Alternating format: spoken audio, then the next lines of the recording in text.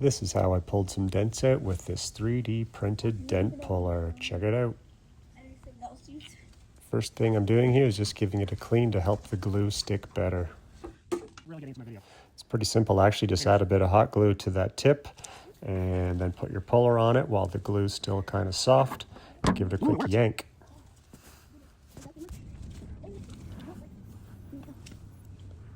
Sometimes it takes a few tries, but you keep doing it and eventually pull it out one by one, slowly pulls the dent off.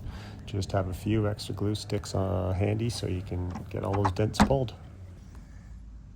So that worked better than expected. There is still some dents here, but keep on working on those.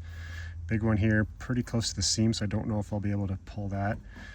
And this paint kind of sucks that I put on there to stop it from rusting. But it pulled a really big dent out of here.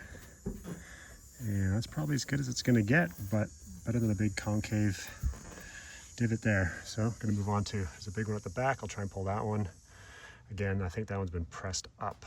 So I almost need to pull down, tie it with a chain or something and use a jack to pull it out, but I'll give it a shot anyway. That big one right there, 3D printing.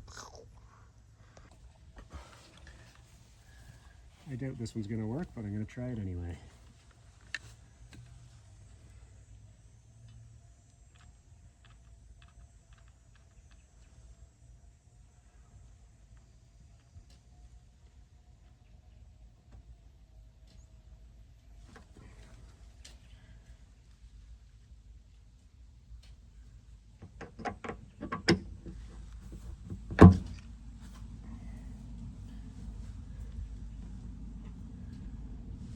The glue let go.